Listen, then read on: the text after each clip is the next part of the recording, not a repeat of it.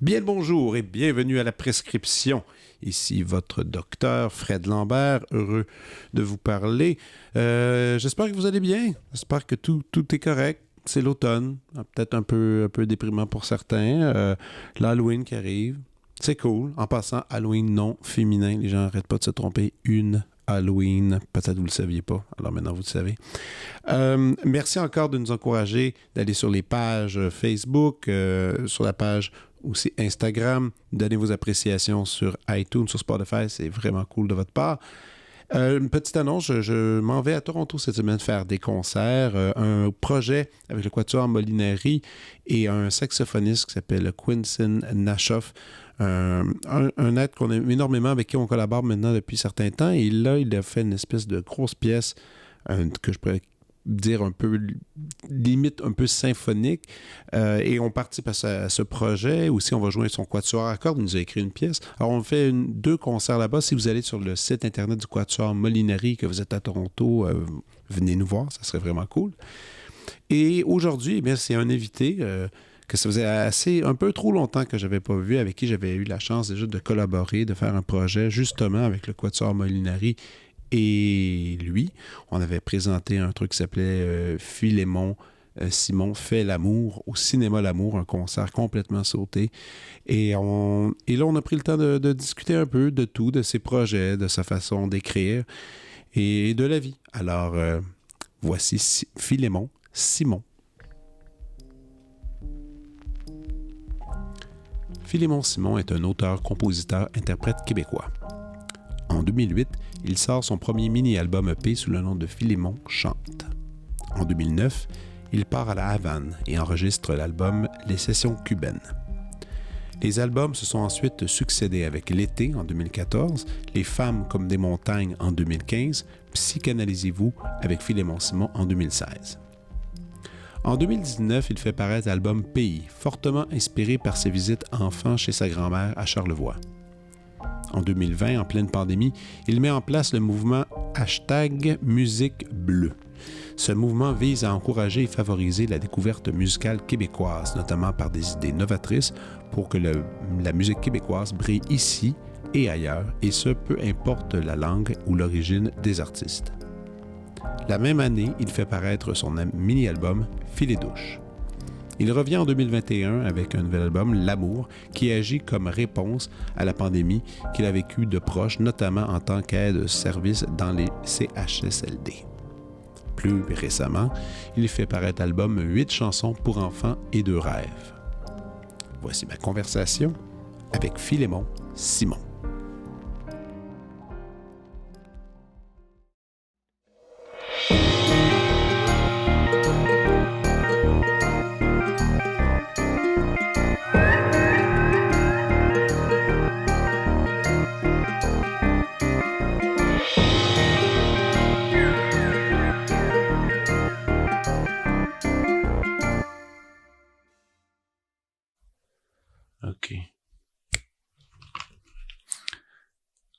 OK. Là, on est prêt. All right, Philémon. On y va, on jase. On s'est croisés à mon lancement de disque dernièrement, par hasard. Ben, je suis allé... C'était ça mon objectif, là, quand je me suis rendu là. Je me suis pas trompé. Mais quand t'étais... parce que t'as fait une espèce de résidence au Quai des Brumes. C'est l'endroit où j'ai fait mon lancement de disque. Puis t'as fait une résidence qui était... je sais pas si c'est vraiment le bon terme, résidence, mais c'était un peu ça, tous les dimanches soirs, pendant un certain temps, là, quand même. 2 ans, peut-être 3? Non, 1 an, au fond. Tu sais, comme automne-hiver. J'ai organisé des micros verts. Puis j'avais commencé 1 an avant. OK. Puis j'étais au vice-versa. Après ça, j'étais au Café Dépanneur. Puis en fait, j'ai changé comme ça. OK. Puis... Quai des Brumes est devenu une maison pendant une période de temps. C'est ça. Puis là, je recommence dans 2 semaines. Puis je vais faire ça ailleurs. Où ça? Au Café des Habitudes. Je le connais pas. Il est où? C'est... bonne question, hein. C'est comme Saint-Zotique puis Châteaubriand dans ce coin-là. Je vais essayer de le trouver. Café des Habitudes. Ouais. Wow. Que j'ai jamais entendu. Mais il y en a des cafés. Ah ouais, c'est sur Saint-Zotique. Exactement, pour être plus précis. 1104 rue Saint-Zotique. Donc, ça a l'air, honnêtement, ça a l'air très joli. Et cette idée de micro ouvert, c'est venu d'où, ça? C'est venu, au fond, à la fin de la pandémie. Ou en tout cas, à un moment donné où ça réouvrait, qu'on avait le droit de se voir un petit peu. Puis, c'était une période où, tu sais, un peu bizarre, on s'entend, là, qui a brassé, on s'est tous brassé quelques idées dans nos têtes, etc. Moi, je me demandais un peu où c'est que j'avais envie d'habiter, je savais pas. Puis je me rendais compte que j'avais envie d'habiter à Montréal, mais j'aimais pas tant ma vie à Montréal. Tu sais, certainement que la pandémie avait pas aidé. Je suis encore surpris que tu sois ici, pour être franc. Moi aussi. mais là, à un moment donné, je me suis dit, bon, j'ai envie d'habiter à Montréal, mais je sais pas pourquoi. C'est quoi que j'ai aimé à Montréal à date? Puis je me suis rappelé qu'en 2010, je faisais plein de micros ouverts. Okay. Juste avant de faire mon premier album, au fond. Puis ça m'a fait rencontrer du monde. Je savais même pas ça. OK. Ouais. Ah, ça, c'était avant les sessions cubaines? Ouais, mais même pendant, je te dirais. OK. J'ai commencé avant, puis après ça, je suis parti aux sessions, je suis parti aux sessions, même s'ils m'attendaient. Je suis parti à Cuba, j'ai fait un album, j'ai continué un peu, mais je pense que ça m'a vraiment aidé parce que j'étais assez seul dans la ville, je connaissais pas tant de monde que ça, j'avais pas un grand réseau d'amis musiciens non plus, puis d'un coup, j'ai découvert ces réseaux-là de micro ouverts, c'était plus dans la scène anglo. D'ailleurs, c'était un anglophone qui gérait ça. Mais c'est une culture très anglophone, le micro ouvert, tu sais. Je pense que ouais, à vrai dire, ouais. Tu sais, c'est ça, je pense que ça vient des Anglais. Comme les clubs, peut-être, parce que les open mic, comme on dit, qui étaient plus juste pour tout le monde a la chance de tester des blagues, puis que finalement, le micro ouvert est devenu un peu autre chose, là. Tu sais, il s'est transformé, là. Je sais pas si c'est la même chose, mais en tout cas... c'est pas du stand-up que le monde le fait. Il y en avait des fois. Il y en a des fois. Moi, au fond, ce que je veux, c'est que le monde, ils viennent dire de quoi. Ils viennent s'exprimer, peu importe la façon, là, tu sais, puis qu'ils soient professionnels ou non, là, tu sais. Une prise de la parole. Ouais. Mais pour finir mon histoire, là, au fond, j'avais aimé ça. Puis j'avais eu l'impression de trouver une sorte de sentiment de communauté avec ces gens-là, qui étaient pour la plupart des anglos, comme je disais. Puis au fond, c'est quelque chose que j'aime dans la musique parce que je compose généralement seul, mais j'aime ça. C'est triste d'être tout le temps seul, par contre, à un moment donné. C'est le fun de rencontrer du monde qui font la même affaire que toi. Puis, c'est la seule raison pourquoi je fais mon métier. Tu sais, mettons, tout le monde a sa raison de faire de la musique. Moi, c'est pas pour pratiquer tout seul dans ma chambre, là. Ça, c'est la partie plate. Ouais. La partie de fun, c'est quand je m'habille, je m'en vais dehors, je m'en vais à une répète, tu sais. Puis comme tu dis, une espèce de sens de communauté. Puis peu importe le projet, même une gig que tu veux, ça, je pense que ça va être plate. Non, finalement, il va y avoir quelque chose de le fun parce que tu rencontres d'autres mondes, tu fabriques du son, tu sais. C'est le fun, tu sais. Ben, je comprends, mais puis vous autres, les gens qui écrivent, ben, il faut que tu sois seul. C'est plus souvent seul, je pense, ouais. Mais mais pourtant, hey, man, c'est drôle de dire ça. Ben, je suis pas surpris que ce goût à la communauté, mais je t'ai toujours vu comme un gars solitaire, tu sais. Mm-hmm. Tu l'es un peu. Ben, je crois que oui, au sens où, oui, là, tu sais, comme là, j'arrive de Gaspésie, ça me plaît, là, les grands espaces, puis me rêvasser, puis tout ça, mais, tu sais, il y a quand même une différence entre la solitude puis l'isolement. Tu sais, c'est peut-être juste ça, la nuance, tu sais. Je me rappelle que je passais mes journées chez nous à travailler ou je sais pas trop quoi, mais après ça, j'étais heureux d'aller le soir rencontrer ces gens-là, pour de voir d'autres mondes faire des tunes, puis tu sais, d'apprécier ça, puis d'avoir le stress de faire la mienne. Fait que, je sais pas, puis même, j'ai envie de dire, en tant qu'artiste, il y a effectivement, c'est drôle, en tout cas, on va dire une affaire à fois, là. Mais il y a deux mouvements, hein. Il y a comme, il y a ce qui se passe intérieurement, puis la tentative d'en faire de quoi, mais moi, personnellement, je trouverais pas ça drôle de faire des œuvres d'art que je montre pas aux autres. Ce que j'aime aussi, c'est de prendre le risque, parce que c'est une sorte de risque de présenter ce que j'ai fait, le risque au sens de est-ce que les gens vont aimer ça, est-ce qu'ils vont pas aimer ça, est-ce que je vais être ben je sais pas, tu sais c'est une fenêtre sur moi que je montre aux autres, donc c'est une sorte de vulnérabilité, puis je trouve qu'il y a une sorte de risque là-dedans, mais c'est une des choses que j'aime le plus. Là. Mais comme le trip gaspésien que tu t'étais parti combien de temps à Gaspésie? Genre une partie de l'été? J'étais allé 2 semaines en résidence de création, puis après ça... à quel endroit? À Newport. OK. Puis après ça, je suis revenu dans Charlevoix, après ça, je suis retourné parce que j'avais aimé ça, puis tant qu'à travailler sur mes trucs, j'aimais mieux être là-bas qu'à Montréal. Mais tu sais, il y a comme Jimmy Hunt. Ouais, il est pas loin de la Maria. Lui, il a décidé, ça allait être ça. Puis une fois de temps en temps, il descend. Mais il est établi là, il fait sa vie là. Là, il a l'air heureux. Mais c'est quand même... Ouais, c'est sûr. Non, puis Maria, c'est beau. Puis toute la Gaspésie, c'est superbe, là.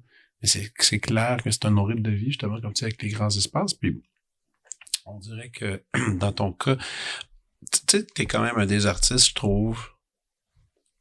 Mais évidemment, moi, j'ai eu la chance d'être en contact avec toi, puis tu sais, j'ai vu vraiment un filet de monde. Man, tu te changes, c'est tellement métamorphosé au cours des dernières années, c'est comme hallucinant. Je connais pas beaucoup de monde qui ont tant changé.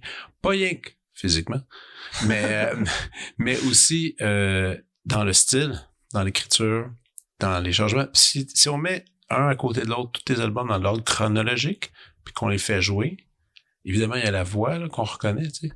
Mais stylistiquement, c'est difficile à croire que c'est la même personne qui est passée dans tous ces trajets-là, tu sais. Puis ça, je trouve ça le fun. Mm-hmm. C'est sûr que ça doit être des fois rushant d'écouter des vieux albums, puis même des fois d'être en contact avec des vieilles chansons que t'écris.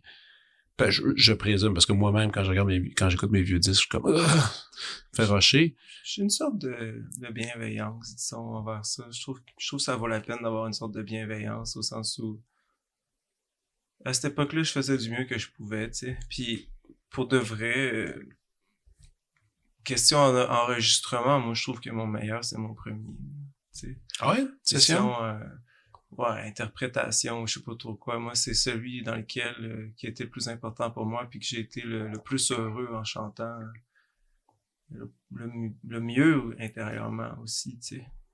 Ouais. Puis c'est drôle parce qu'on m'a demandé à Québec d'aller leur chanter il y a une semaine. Fait que pour... Tu le fais? Je l'ai fait, là, c'est fait. C'est cool? Ouais, c'était le fun. Il a fallu que je réapprenne les tunes pour plusieurs heures, du moins. Je me rendais pas compte que j'en avais oublié, ou, tu sais, juste pour être prêt aussi, mais il y en a que j'avais oublié. Puis même vu que, justement, j'étais en Gaspésie, j'ai roulé mon album pas mal dans le char, là, tu sais, puis... pour vrai, j'ai trouvé ça intéressant, là. J'ai eu l'impression de... juste revoir comment je plaçais ma voix. Je trouve qu'il y a des choses... Il y a toujours des choses qu'on gagne puis qu'on perd, puis pour de vrai, il y avait des belles choses là-dedans. J'ai trouvé ça le fun de réhabiter ça. Parce que c'est ça que ça me demandait pour le rechanter, si on veut, pour essayer de replacer ma voix. Au début, je voulais peut-être placer ça différemment, ma voix, mais finalement, j'écoutais ça, puis j'étais comme, putain, c'est le fun, j'aime ça, puis...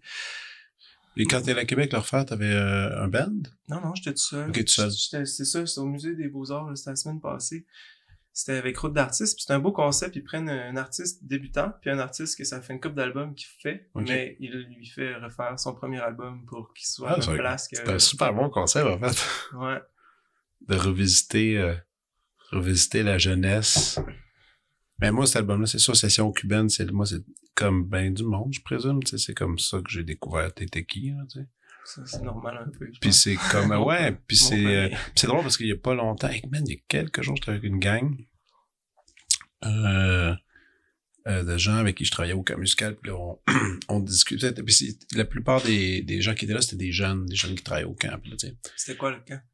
Camp musical par Lindsay, qui est dans la Nodière camp musical, tu sais. Puis il y a le staff qui sont un peu plus jeunes, puis là, moi, je dis aux jeunes, faites-moi découvrir, moi, je veux savoir ce qui se passe quand on a 25 ans.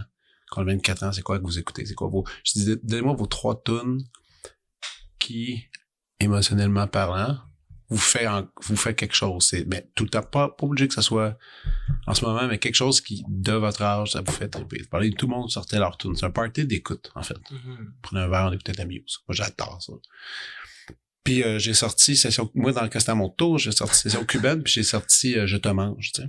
Chez moi cette tonne-là, je sais pas pourquoi à chaque fois, elle me fait de quoi, tout le concept, le texte, la voix de la fille, le petit solo de trompette, je dis tout ça ensemble, ça marche. Elle est parfaite, je changerai pas une note dans tout ça, même la fin quand à la fin, tu discutes, puis tu essaies d'expliquer les paroles. Puis tout ça. Je suis comme, tout ça, faut pas que ça bouge, tu sais. Ça, c'est le fun, tu sais. Je faisais jouer ça, puis tout le monde était comme, wow, c'est quoi ça? Puis de ça, tu fais, OK, il y a quand même des générations, puis c'est pas tout le monde qui est au courant de tout, là. Mais ça, ouais, ça me, toi, c'est encore un album qui est super efficace. D'ailleurs, en fait, c'est-tu qu'est-ce qui est un peu drôle? Moi, j'ai découvert l'album, on s'est rencontrés, on a fait des projets ensemble. Mais je t'ai jamais vraiment demandé comment il est arrivé, cet album. Je sais même pas l'histoire de cet album. Chez Zorro, ouais. là. Je sais même pas. S'il y avait une histoire, j'ai compté. Mais, C'était quoi le truc? ben, le truc, c'est que j'étais à Montréal, puis, je sais pas, je vivais une sorte de grosse peine d'amour, mais qui coïncidait, j'imagine, avec une sorte des remises en question, là, comme souvent, mais celle-là était comme un peu plus intense, puis j'avais quasi l'impression d'être en connexion avec un certain dieu, là, ou je sais pas quoi, là. En tout cas, c'est spécial, là. Je pense que, à la fois, c'était thrillant, mais j'imagine que j'étais sur le bord d'une psychose, au fond, si j'étais pas dans une, puis là, il y a un de mes amis, Bruno Marcel, tu sais, qui m'a dit, hey, il me semble qu'on te reconnaît plus, là. J'avais perdu comme 20 livres, puis je commençais à être un petit peu trop comme un prophète étrange, là. Ça se tenait plus tant que ça, ce que je racontais. Au début, c'était impressionnant, tu sais. Au début, Ouais. comme l'adrénaline de dire toutes sortes d'affaires, mais d'un coup, il était comme, ouais, on dirait que je te suis plus, là. Et il m'a dit pardon. Puis, j'avais pas pensé à ça, mais j'étais comme, ouais, c'est vrai, il y a pas grand-chose qui me retient ici. Puis, j'ai juste décidé de partir à Cuba parce que je me disais, il y a de la musique là-bas, il y a du soleil, ça parle espagnol, j'aime ça parler espagnol, j'avais appris en Espagne, puis je m'étais fait dire par un ami espagnol que c'était intéressant, Cuba, que c'était pas juste des tout inclus, là, ce qu'on connaît souvent plus au Québec, tu sais. Fait que je suis parti là sans beaucoup d'attente, sinon que j'avais toute cette énergie-là en moi, assez spéciale, puis que j'avais vraiment envie d'enregistrer un album à ce moment-là, mais il m'avait dit, c'est pas le temps d'enregistrer un album, va-t'en, puis quand tu reviendras, tu vas être mieux, puis t'enregistreras à ton retour, tu sais, mais quand je suis arrivé là-bas, l'envie d'enregistrer est restée. Puis je m'étais dit, tu sais, si jamais j'arrive à aller dans un studio puis faire 3-4 tunes, ça pourrait être le fun, tu sais. Puis j'avais regardé le film du Buena Vista Social Club, fait que je savais comment il s'appelait le studio, j'imagine. Je me rappelle où j'ai demandé, mais je marchais dans les rues. Puis tout d'un coup, je suis allé cogner là. Puis là, j'ai demandé comment ça marchait. Tu sais, je m'attendais pas à grand chose, mais il m'a dit, c'est temps de la journée, puis ok, puis je dis, puis peux-tu trouver des musiciens? Il dit, ouais, tu peux aller à Banavieja. J'étais allé, j'ai pas trouvé grand chose, puis, mais je m'étais fait des contacts, j'avais demandé à plein de monde des conseils avant de partir, puis là, d'un coup, il y a un Cubain qui est venu me voir, je voulais poser des questions sur les prix. Finalement, lui, il avait un objectif, c'était d'enregistrer un album avec moi, je pense, en tout cas, quand t'es un touriste qui arrive à Cuba, t'es un portefeuille aussi, là, tu sais. Ouais, faut pas oublier ça. Tu sais, fait que, peu importe ce qu'il aurait fait avec moi, il avait envie de faire la pièce, je pense. Ah ouais. Mais en même temps, il était super fin, c'était un très très bon musicien. Il jouait d'ailleurs avec le Buena Vista Social Club. Il jouait la tambadora, c'est conga. Mm-hmm. Puis lui, il était en contact, il jouait dans le groupe du Conjunto Chapotin, qui est l'ensemble de Chapotin, qui est un ensemble très mythique à Cuba parce que ça a commencé dans les années 40, puis c'est eux qui ont amené le jazz new-yorkais à Cuba, fait que ils ont vraiment une grosse influence dans la musique cubaine, telle qu'on la connaît, tu sais. Fait que là, on était rendu au Chapotin 3, parce que le premier dans les années 40, là, c'était Chapotin 3 qui jouait de la trompette lui aussi. Fait que quand j'ai fait confiance à ce fameux Rolando-là, ben il m'a présenté à tous ces musiciens-là. Finalement, il y avait juste un jour et demi de studio de libre à Alegrem, au studio, puis c'était dans 3 jours. Fait qu'on a dit, OK. Vous avez répété? Non, on a fait 3 répètes d'1 heure, un peu n'importe comment. Puis vous avez eu combien de temps de session? Une journée et demie. Journée et demie. L'album était fait c'est calé en une journée et demie. Une journée et demie. Ça, là, qu'on connaît. Ouais, c'est ça. Fait que... Puis c'était- man, c'est malade parce que le titre peut pas mieux décrire Ben, c'est le projet. ouais, je trouve que c'est un bon titre quand même, ouais. C'est sans prétention, on sait ce que c'était, ouais. Mais, tu sais, ça s'est pas si bien passé que ça au début, là. C'est ça l'affaire. Moi, j'avais réussi à ramener 6-7, on était 7 musiciens en tout. Ah, OK. On était quand même une gang, c'était quand même dur à gérer. Puis eux autres, moi puis eux autres, on n'avait pas tous les mêmes référents musicaux. Eux autres, en fait, étaient habitués à faire du son cubain. Puis ça, c'est que tu joues le plus fort possible, là, puis le plus vite possible, des fois aussi, mais en tout cas, le plus fort, le plus aigu. Fait que... Ce qui est pas projet partout. C'était vraiment pas proche de mon affaire, tu sais. Fait que au début, c'était pas très bon. Moi, j'étais terrifié. Puis j'y arrivais pas, tu sais. Puis...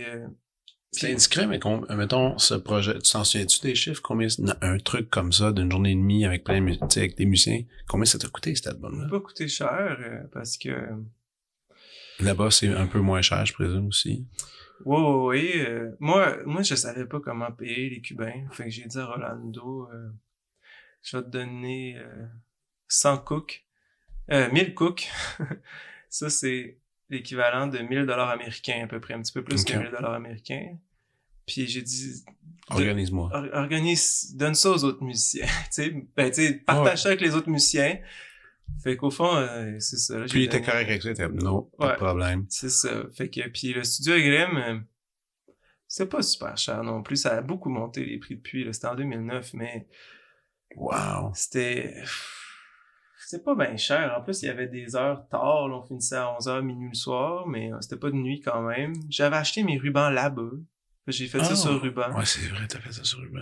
Le ruban non plus, c'était pas super cher, mais ce qui est drôle après, c'est que j'ai su que Rolando s'était gardé 500 trucs, puis il avait distribué 100 aux autres, là, tu sais. J'étais comme, ouais, méchante cote.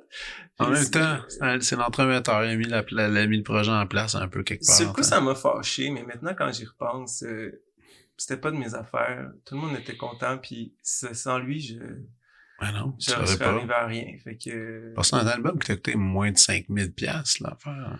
Ben après ça, je suis revenu le mixer au Québec. Ouais, tu mixes, bon. Je sais pas, je sais pas si c'est... Incroyable. Ça a pas... tu sais, c'est sûr que peu importe où tu fais un album, quand tu le fais une journée et demie, ça revient quand même pas si cher que ça, là, tu sais. Mais non. C'est sûr que là-bas, ça a été un petit peu moins cher, mais si tu comptes, genre, l'hébergement puis l'avion, en bout de ligne, c'est juste que moi, j'étais allé me reposer là-bas, là, fait que c'est une autre histoire. T'es revenu avec un disque. Ouais, c'est revenu avec un disque, c'était fou. Ouais, puis la réception a été super bonne. Ouais. Tu sais, ça a décollé le même. Pour moi, ça a été artistiquement très important parce que, comme je disais, on n'avait pas les mêmes référents, puis ça m'a mis contre le mur de... Comment je pourrais dire ça, mais accepter l'individualité, puis reconnaître l'individualité de chaque musicien ou d'arrêter d'essayer de contrôler la patente, de laisser l'imprévu arriver, parce que, tu sais, quand on pense à Je te mange, moi, là, c'est pas de même que je l'entendais, la tune au début. Ah non? Je l'entendais... Comment? Ben, premièrement, je voulais que le piano fasse juste des belles notes classiques, là, aucune extension de jazz. Genre des accords un peu solennels, clairs. Ouais, du canon de Pachelbel, là, quasi. Puis, OK. Puis la trompette, ben, tu sais, je voulais qu'elle joue plus doux que ça, Hey, mais... man, elle rentre dans le poste. Tu sais, mais il a fallu qu'on coupe son micro, là. Son micro est à 0, là. C'est juste l'écho de sa trompette dans les autres micros, d'ailleurs. Okay. Mais tout le monde faisait tellement tout à leur tête. Puis ça, je trouve ça beau, par contre, parce que c'est des gens têtus qui ont pas envie de se faire dire quoi faire. Lui, c'est le chef de son band. Il avait pas envie que comme moi, ils disent, moi, c'est de même que je joue, je vais jouer de même. Fait que, d'un coup, j'ai juste dit, faites donc ce que vous voulez, là. Puis je mets ça autant que t'en veux des crises d'extension. Ça, c'était, en tout cas. Donc, puis, tu sais, finalement, je me suis mis à trouver ça tellement beau. Pis c'est ça que je préfère de cet album-là, maintenant. C'est aussi ça, toute l'ouverture que ça m'a obligé de créer en moi. Puis tout d'un coup, j'ai plus jamais eu envie de refermer ça, tu sais. On peut-tu s'amuser à parler un peu de l'évolution de chaque album? Ça te va? Ben, si on a 2 jours, oui. Mais... On n'a pas 2, mais on a un peu de temps parce que on passe de session cubaine à l'été. Mm-hmm. Puis là, déjà, c'est le jour et la nuit. Dans le son, les guides, les textes, le style, évidemment, tout le travail studio, aucun rapport avec les sessions cubaines. T'sais. Est-ce que c'était un disque que tu étais plus en contrôle de tes idées, tu trouves, cette fois-là? contrairement à l'autre? Non, j'étais pas très en contrôle avec l'été, là. Puis tant mieux, au sens que... Ah non. Ce que j'ai appris en faisant les sessions cubaines, j'ai voulu le garder. Ça n'a pas toujours été facile, disons, d'arriver à... Je sais pas, on est tous différents. Il y en a qui ont l'air de tellement pas être control freak. Mais moi, j'étais quand même assez control freak, puis je le suis encore des fois, malheureusement, tu sais. Mais non, j'étais pas trop en contrôle. On était, je sais plus combien dans le studio encore là. J'ai essayé de recréer une sorte de session cubaine, mais à Montréal, avec des gens, des musiciens que je sentais qui allaient être bons pour improviser, là, puis tu sais, avoir peu de temps pour enregistrer, mais aussi avec des musiciens et musiciennes, évidemment, de cultures différentes, un peu comme le clash que moi j'ai eu avec les Cubains. Avec mon bagage, leur bagage. J'ai essayé de recréer ça à Montréal avec encore plus, mettons. Fait que j'ai invité des musiciens de la scène francophone, des musiciens de la scène anglophone, puis des musiciens hispanophones. Au fond, dont un Cubain d'ailleurs, et mon cousin Papacho, qui était sur le premier album Papacho. Aussi, qui lui, il a passé une grosse partie de sa vie au Mexique, il est encore là-bas d'ailleurs, puis je le mets dans la catégorie hispanophone, là, même si on peut parler français. Mais, tu sais, j'aimais ça parce que même le trompettiste, c'était un Québécois, puis le saxophoniste, c'était le Cubain, Nestor, puis Nestor, il parlait pas français, puis pas vraiment anglais, là. Fait que c'est ça que j'avais envie de créer, que le monde ait du mal à communiquer. Qu'ils soient pas capables de communiquer de la façon habituelle, que ce soit par leur langue ou par la musique, fait qu'ils soient obligés de trouver autre chose. Fait que c'était comme les sessions cubaines, mais c'est une sorte de continuité, si on veut. Ouais. Sauf qu'ensuite, toute la surprise de vivre pour moi mon premier enregistrement à Cuba alors que c'était pas prévu, ça a été très différent de faire le deuxième album avec Audiogramme et toute l'équipe qui produisait, puis le stress que ça m'a généré davantage, parce qu'à Cuba, j'ai pas eu le temps de stresser ben. Non, c'est arrivé t'as comme peine ça. le temps de souffler puis c'était déjà terminé. Hein? C'est ça. Tandis que quand j'étais arrivé en studio pour l'été, c'était 3-4 mois là, que je stressais de plus en plus parce que je voulais faire tout live, les voix live aussi, puis veux pas, moi ça me stressait, mais c'est ça que je voulais faire, mais... c'est ça que t'as fait? Ouais. À part 2-3 tunes on a rajouté que vous avez isolé voix, un peu, ouais. Ça avait pas trop de sens de garder les voix, tu sais, si on jouait trop fort. C'est son cubaine, c'était le fun pour ça. Ouais. Tu sais, tout était acoustique, là, avec les guitares électriques. Je m'entendais pas pantoute chanter, fait que... sur certaines pièces. Mais... fait que, tu sais, si tu veux pas, c'est vraiment, vraiment différent comme expérience, là. Mais c'était cool. Puis, tu sais, quelque part, je trouve que les femmes comme des montagnes, qui a suivi après, dans ma tête, se rapprochent plus des sessions cubaines, je trouve. Dans le son. Puis aussi, même dans, il y a encore une fois, c'est peut-être je suis dans le chant aussi, dans un laisser-aller un peu plus, ça respire plus, tu sais. Je trouvais que ça respirait un peu plus. L'autre était un peu plus serré. C'est aussi le style qui est un peu plus rock, un peu plus rock andy, un peu, on pourrait dire, par moment. C'est mon genre d'album rock andy, là, même si pas toutes les tunes sont rock andy. Non, exactement. Là, mais tu sais, sauf que je pense qu'on retient quand même ce type-là, alors que les femmes... comme des montagnes, ben là, ça revenait un peu plus vers l'acoustique, un peu plus, là, dans ma tête, là. Puis ça, c'était-tu le hasard, c'était plus j'essaie d'autres choses encore une fois? J'essayais d'autres choses encore une fois. C'était la continuité de l'été, mais la continuité des sessions cubaines aussi, mais tu sais, tantôt quand j'ai dit que l'été, j'enregistrais toutes mes voix live, c'est pratiquement vrai, à part 2-3 tunes. Mais finalement, ces 2-3 tunes-là, ça a été pas mal mes préférés de l'album. Ou du moins, c'est là-dedans que j'ai vraiment pogné de quoi, que j'ai aimé ça. Fait que sur les femmes comme des montagnes, j'ai voulu faire mes voix après pour juste poursuivre ce que je découvrais dans l'été. Mais aussi, ça a été tellement différent parce que l'été, ça m'a pris 4 ans à le faire. Mm-hmm. Tandis que les femmes comme des montagnes, ça m'a pris 1 an. Fait que... Fou, hein? Au sens composé puis tout, fait que j'étais vraiment... Quand j'étais arrivé en studio, j'aurais même pas été capable de chanter guide-voix, les tunes, là. De toute façon, là, tu sais, je savais pas assez pour ça. Ce qui est pas de mauvaise chose, peut-être, quelque part, tu sais. ça, tu sais, y a rien qui est une mauvaise chose, là. Faut essayer des différentes techniques de création aussi. C'est ça. Puis je sais pas si tu le sais, mais je suis retourné à Cuba pour ça, là. Oui. Je suis retourné à Allons-y avec ça. Parce que, écoute, l'autre fois, je me remémorais. T'étais venu faire un tour à Médium Large, quand je travaillais à Médium Large, à Catherine Perrin. T'étais venu jaser, présenter pays. Puis pendant que tu parlais de pays, en même temps, tu parlais d'un projet de disque que tu avais fait. Je pense que t'étais retourné à Cuba. Je sais pas si c'est cet album-là, mais c'était une autre affaire de session live, puis ça s'était pas passé comme tu veux. Puis là, tu pensais pas le sortir. Est-ce que c'était comme une affaire, un projet un peu vague? Un documentaire, peut-être? Non, peut-être, mais je me souviens juste que tu avais lancé un paquet de pistes super floues, que j'étais incapable d'identifier c'était quoi le projet. Puis là, t'es parti, j'ai pas eu le temps de faire, non, c'était quoi cette affaire-là? Puis après, je me suis dit, y a-tu un album? Je me suis demandé si t'avais un album secret ou un album caché que tu veux pas sortir, qui est quelque part. Non.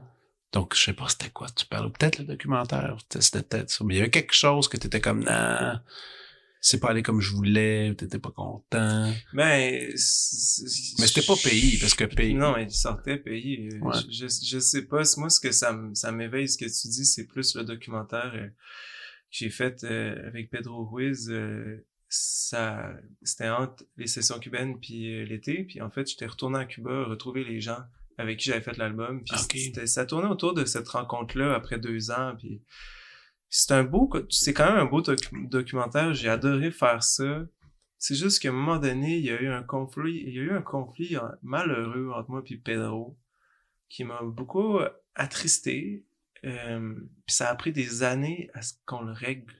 OK. Puis ça, j'ai trouvé ça triste. Puis à un moment donné, le fameux documentaire, ben moi, je voulais pas qu'il sorte parce que je me sentais lésé dans ce qui se passait. Fait que, tu sais, je me disais, tant qu'à ça, moi, autant laisser faire. Autant laisser faire, j'ai pas envie d'avoir à supporter quelque chose qui me fait du mal, finalement, à regarder. Ouais. Finalement, je veux dire, tout ça, c'est réglé. Puis là, bof, y a plus de problème, là, c'est juste que je suis quand même... c'est pas vraiment d'actualité, ce documentaire. Ouais, c'est ça, ça fait partie d'une autre époque, là. Puis pays... Ouais. Bon, pays... Ce disque-là, man, il est... Oui, ce que j'aime encore dans ce disque-là, c'est que je l'écoute, puis il y a encore du mystique pour moi. Ah ouais? Ouais. Puis dans le son, dans les textes... Peut-être toi qui es mystique. Non, mais tu sais, moi, puis tu sais, il y a ta grand-mère... Grand-mère, right? Ou arrière-grand-mère, je suis mélangé. Grand-mère qui est présente ici et là. Elle est encore... Est-ce qu'elle est... Non, elle est morte. Elle est morte. Un petit peu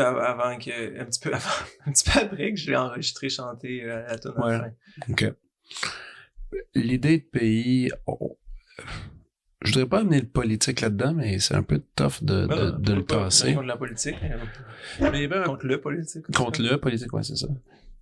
Il y a du politique là-dedans, mais en même temps, c'est avec de l'amour, ce qui est bizarre de dire. Politique et amour, on peut pas imaginer une drôle de rencontre entre ces deux mots-là, mais dans ce cas-ci, je trouve que ça s'applique. Puis, je me demandais juste comment vraiment la base, l'idée même du disque, comment c'est parti, parce que carrément, c'est un déracinement presque entier de Montréal, dans ce cas-ci, je trouve. C'est comme si tu t'étais pris, t'as fait OK, j'enlève le goudron et le ciment de mes pieds, puis je vais aller les tremper dans le fleuve, puis voir ce qui se passe. T'sais. Moi, c'était un peu comme ça que je le voyais. T'sais. Comment, toi, c'était quoi ce projet-là? Ben, moi, c'est le projet de j'étais tanné de faire de la musique. J'étais tanné de l'industrie de la musique. Tu sais, j'aurais pas pu le nommer à ce moment-là exactement, mais j'étais tanné. Les femmes comme des montagnes, après, ça a scellé un peu mon dégoût de l'industrie. De quelque chose dans l'industrie que j'étais pas capable de nommer, puis qui en était venu à m'enlever le goût de faire de la musique tout court, en tout cas, ce genre d'affaires-là. Fait que j'étais prêt à arrêter, mais ça m'a obligé à réapprendre puis à me demander de quoi que j'avais envie de parler à ce moment-là. J'avais plus envie de parler des sujets passés. Tu sais, on vient de parler des 3 premiers albums. Puis pour moi, la vraie rupture, elle se passe après ce troisième-là, avant Pays, là, tu sais, au fond, au sens où, dans les 3 premiers albums, c'est une ligne que j'ai essayé de tracer, qui a pas nécessairement de l'air direct, mais pour moi, c'était une ligne. Puis après ça, j'ai coupé. Par les textes? Par les intentions? Textes, tout, tu sais, je me suis rendu compte que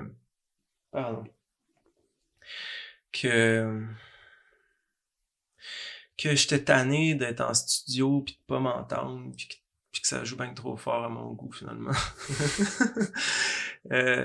C'est un retour à ce que j'aimais à la base quand j'ai commencé à faire de la musique, c'est-à-dire jouer avec des guitares classiques avec du monde autour d'un feu quasi. Mm-hmm. Tu sais.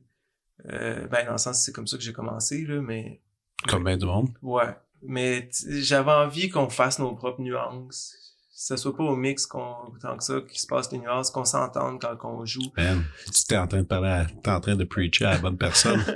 Moi, quand j'entends ça, j'aime ça, man, parce qu'en pop, disons, quand tu parles de nuances avec un drummer pis il comprend pas, là, moi, ça me rend dingue un peu, là, tu sais. Mais la nuance, c'est quelque chose tout le plaisir, le jeu est là-dedans. En tout cas, c'est parce que moi, je suis en classique puis on fait rien que penser à ça tout le temps parce qu'on a personne qui mixe rien. Ouais, c'est ça. Bon, nous, on vit de même tout le temps. Bon, c'est le fun de quelque chose qui devrait être plus utilisé dans le milieu de la chanson, clairement. Tu sais.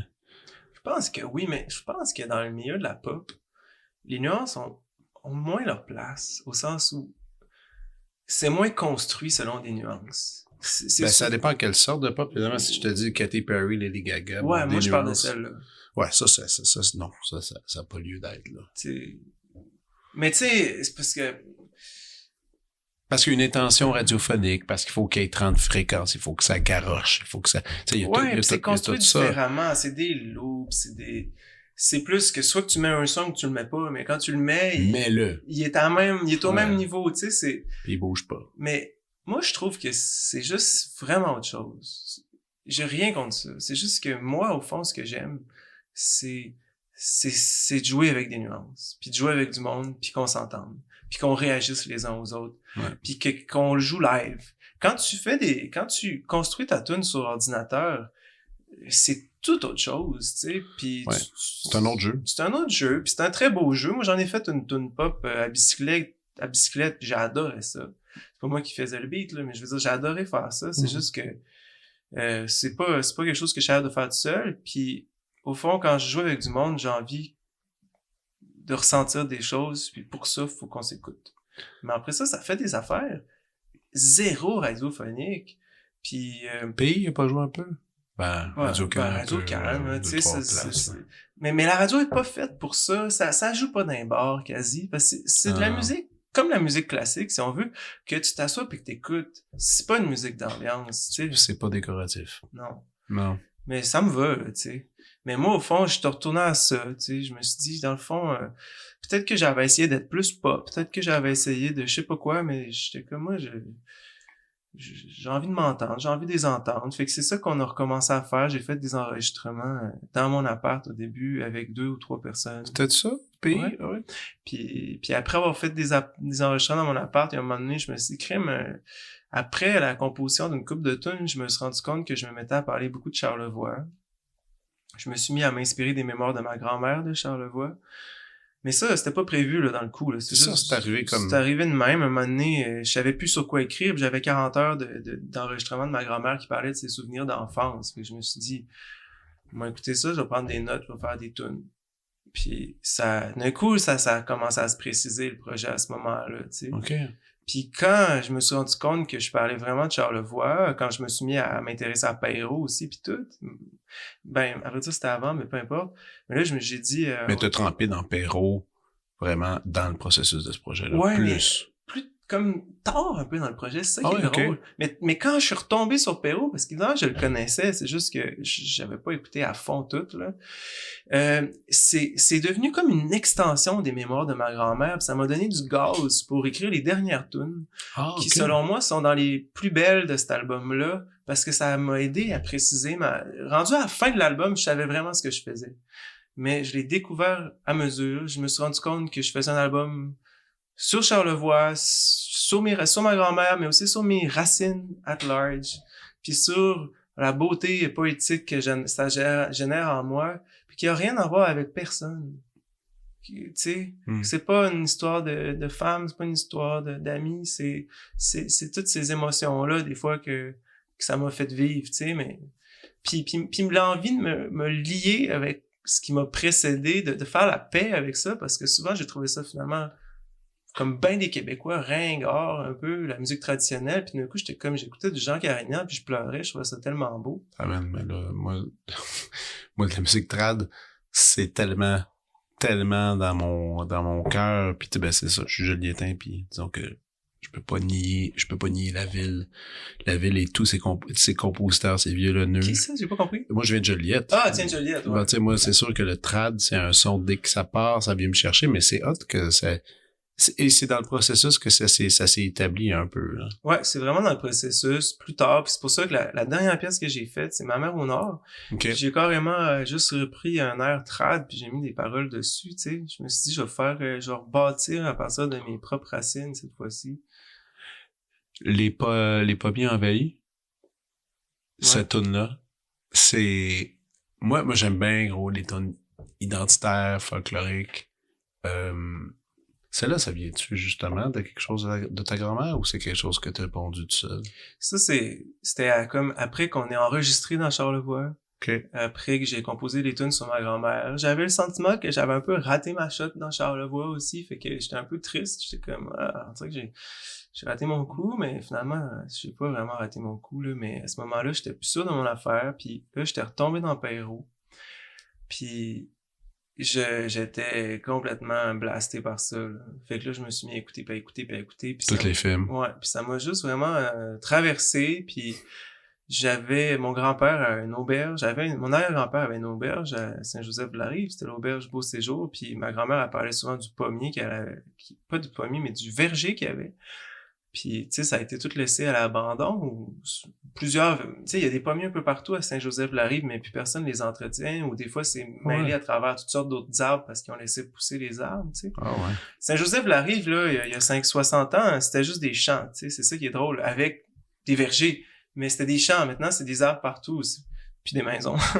C'est pas nécessairement là des arbres, mais au fond, j'avais envie c'était métaphorique, mais j'avais envie déterrer ces pommiers-là, leur refaire une place, tu sais, c'était ça le geste que j'essayais de faire, mais évidemment, je parlais de mes propres racines en faisant ça, je parlais de moi-même aussi. Des phrases comme « je cherche un pays à nommer, je cherche à me nommer », moi j'étais « ça c'est venu me chercher, full ». Puis tu sais, c'est quand même une chanson patriotique.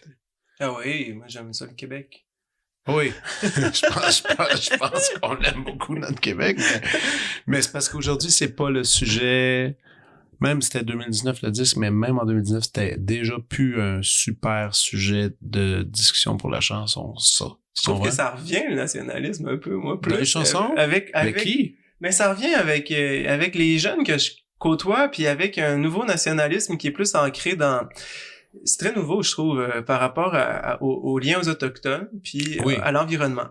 Le nationalisme est plus orienté autour de ça, parce que c'est nous qui devons faire ça, puis on peut pas attendre le Canada pour ça. Puis je remarque que ça, je dis pas que c'est comme c'est un vent de...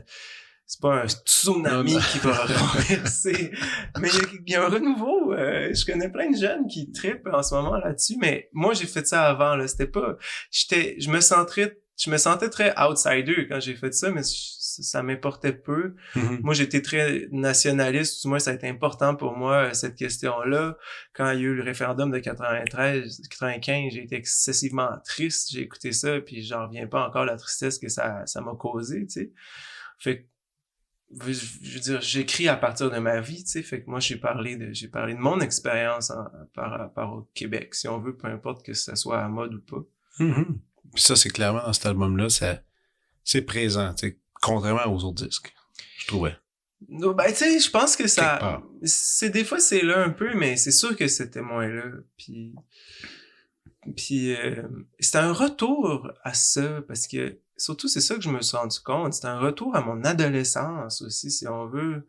petit peu par petit peu. Parce qu'à l'adolescence, mon souverainisme était fort en moi. Je portais ma chemise carottée, puis je veux dire, quand je chantais des chansons puis que je composais des chansons, je les chantais vraiment en québécois, tu sais, avec un fort accent qui était le mien, si on veut, là. Oui. Tu sais, mais je me gênais pas de ça.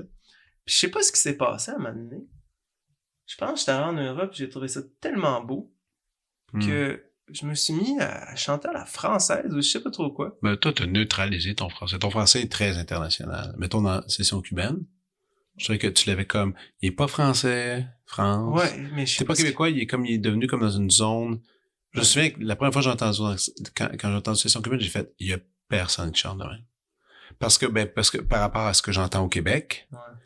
par rapport à des Québécois qui essayaient de chanter comme en France, mais toi, c'est comme si le baromètre s'était installé entre les deux. Il a fait, bon, ben, c'est là qu'on se loge, on bouge plus.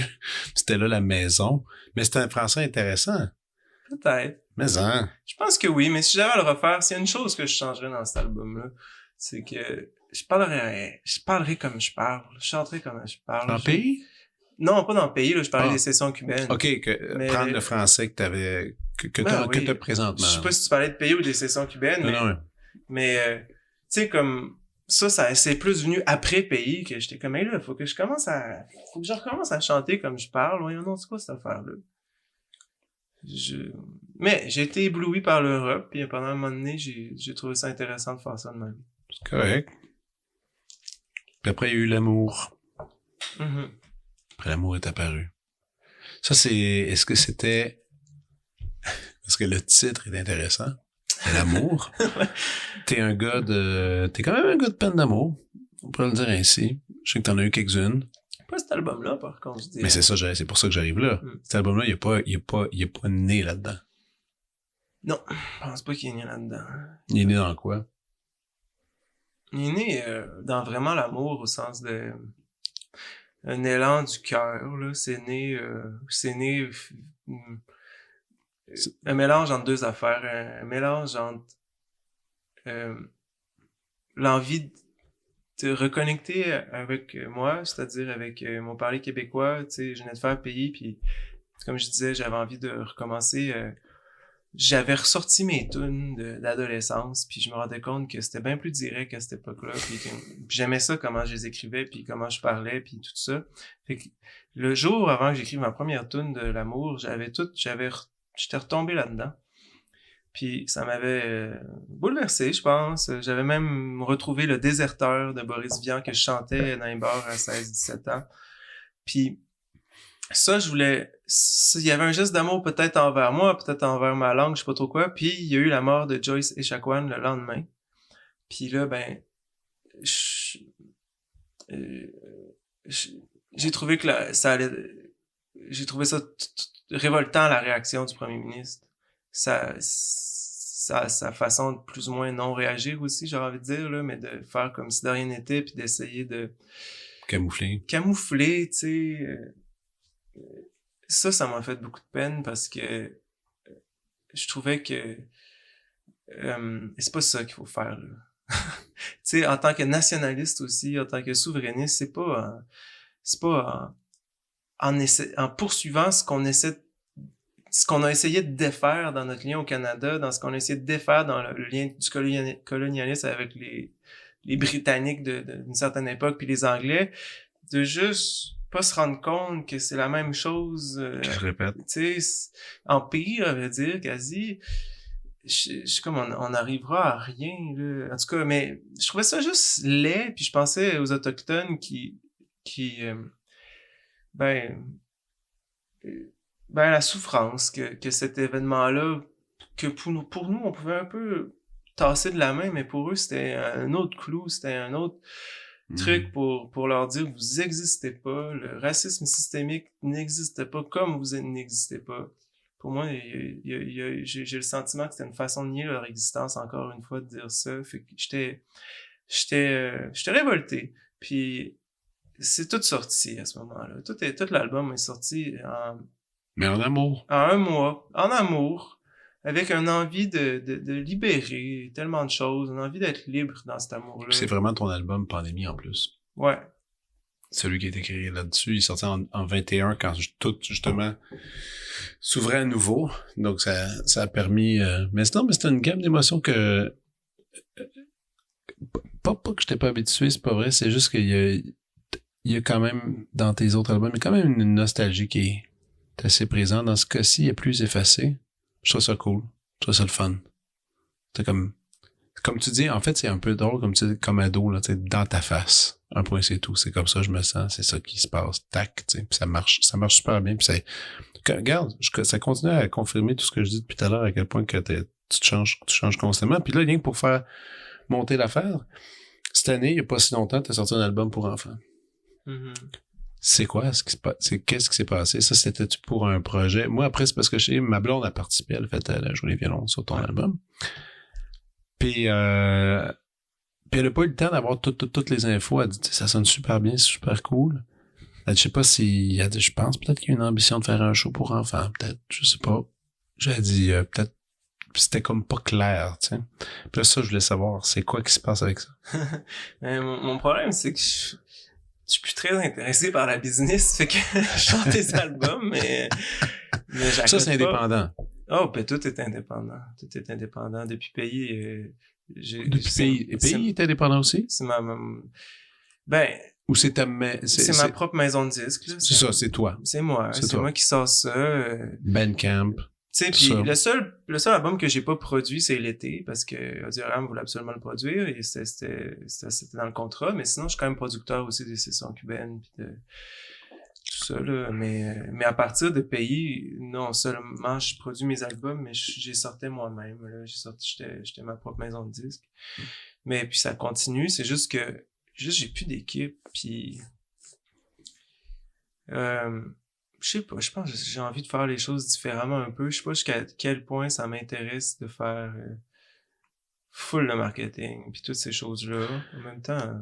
Ben, de toute façon, faire des disques bientôt, tu sais, à l'exception de certains artistes, l'indépendance du disque est en train de prendre du terrain plus qu'on pense. C'est une réalité, là. Je veux dire, les compagnies de disques en bave, ils vendent pas. Donc, comment tu peux garder une maison de disques vivante si t'as aucun revenu, tu sais? Ben, on a un revenu de subvention. Là. Il y a un revenu de subvention, mais c'est ça l'enjeu.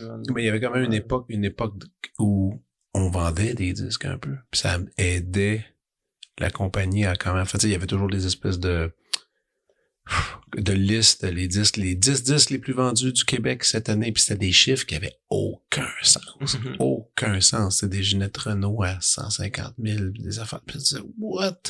Ouais, Ginette Renault, ça devait être 300, 500 000. Non, mais c'était des chiffres qui avaient aucun bon sens, tu sais. Puis aujourd'hui, ces chiffres-là n'existent plus, tu sais. Moi, je trouve que ça avait tout son sens. Parce que si tu regardes les streams sur Spotify. Exact. Surtout que, non, mais ça avait du sens pour une époque, tu sais. Puis là, maintenant, aujourd'hui, les gens veulent pas acheter des disques. De toute façon, les gens veulent pas un disque physique. Ouais, même moi, j'en veux pas des disques physiques. J'en veux pas, moi non plus. J'en ai pas acheté depuis très longtemps. Un disque physique, non, c'est pas, j'ai acheté quelques vinyles ici et là. Mais rien de... je parle, mettons, moi, dans ma tête, quand je dis disque, je voyais juste un CD, là, tu sais. Un CD, c'est... il m'en reste un lecteur ici derrière nous, en haut, mais... C'est bon, mais on n'est plus. Toi, t'es sort digital, d'abord, tout le temps? C'est mon premier, l'album pour enfants, c'est le premier que je sors digital exclusivement. OK. Puis c'est un peu parce que je trouvais que ça avait plus de sens de faire des CD, puis vinyle, je me disais, tu sais, les pauvres parents là, qui vont être obligés de tourner le vinyle pour leurs enfants, là, je sais comme c'est pas ok. Là. Puis ça prend 8 mois avant de faire des vinyles maintenant, là, souvent. C'est très long. Fait que, tu sais, moi, je vais sortir. J'ai enregistré avec Annie, puis je pense qu'il est sorti un mois plus tard. Là, je sais, t'allais vite. S'il a fallu attendre 8 mois, ça va être une histoire, j'attendrai encore. T'es quand même positif à l'avenir du disque? J'aurais pu dire ça. De l'avenir des albums. Est-ce que c'est encore quelque chose qui t'excite à faire, malgré les embûches, puis je veux pas dire malgré l'indépendance, avec l'indépendance? Ça, ce qui m'intéresse pas c'est l'industrie de la musique. Mais faire des disques, ça, je trouve ça le fun encore. Puis, je préfère que des chansons, c'est sûr, mais j'aime bien faire un disque. Tu sais. Moi, j'adore faire des disques, man. C'est une de mes choses préférées Ouais, j'aime mieux ça. pour le métier. Mhm. C'est quelque chose, c'était dans le studio, taponner, enregistrer, faire des takes. Là, tu vois, mettons, en ce moment, je suis en montage pour un disque qui sort cet automne, qui est notre deuxième volume de Philippe Glass. On a reçu le premier montage. J'y vais en détail, mon gars. Mesure par mesure, j'écoute tout. Ah, man, c'est épuisant. Ça t'habite. Tu fais des cauchemars, mais c'est malade. Je ne changerais rien de ça. Je trouve ça le fun. C'est comme une aventure. Ouais. Puis là, quand il sort, ben... Un autre. On passe à un autre projet. Non, mais il y a puis en plus, parce que c'est ça la beauté aujourd'hui avec le streaming, quelque part, quelque chose qui est beau, c'est qu'il sort. Puis t'as vraiment aucun moyen de savoir vraiment comment les gens se sentent, comment ils l'écoutent, puis tout ça, tu sais, les ventes sont pas là, tu le sais pas, tu sais, ça va un peu dans l'infini. Puis des fois, tu reçois une couple de courriels de gens qui vont, hey, j'ai super aimé ça, comme, oh! Puis c'est pas des chiffres d'écoute, mais tu sais, si tu veux aller les voir. Là, mais... Ouais, il existe. Mais en même temps, ça dit que, en tout cas, on pourrait analyser ça longtemps, là. Mais, est-ce que Philémon Simon veut continuer à être un musicien? Ah, mais oui. Est-ce que Philémon Simon veut faire d'autres formes d'art? Non. Non? Non, parce qu'avec les micros ouverts, des fois, je me dis, peut-être ça... Puis là, tu sais, t'avais déjà fait un docu. Y a-tu des formes d'art qu'en ce moment, t'es comment, genre, je voudrais aller taponner un peu les caméras puis faire quelque chose d'autre? Pas tant que ça, je dirais. Je sais pas. Tu sais, en ce moment, au fond, ce qui est peut-être le plus récent dans ma vie, c'est d'avoir fait plus de musique. Ce qui est bon. Tu sais, comme j'ai pris des cours à Concordia en musique déjà. La chanson qu'on a faite avec Annie, c'est une chanson que j'ai composée pour mon travail de fin de session à Concordia. C'est une fugue, mais c'est tout nouveau pour moi de pouvoir composer pour des instruments que je joue pas. Puis tu sais, pas juste des petites lignes là, comme fais donc Non. Bring Complexe, Fire, là. tu sais. Complexe. C'est une vraie affaire, mettons. Je sais pas comment dire ça, mais ça, j'aime vraiment ça. Tu sais, comme cet été, j'ai passé une bonne partie de l'été à... J'ai d'autres chansons, là, qui sont enregistrées. J'ai une dizaine de chansons enregistrées.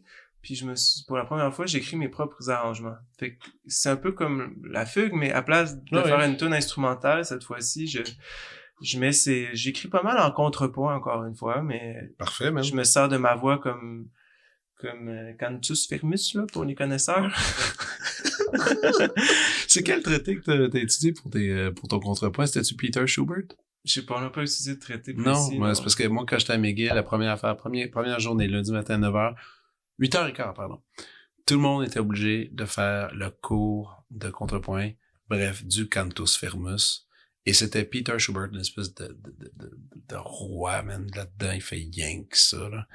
Puis quand tu t'installes dans la classe, puis qu'il commence à t'expliquer, moi, j'avais jamais entendu parler de ça au cégep.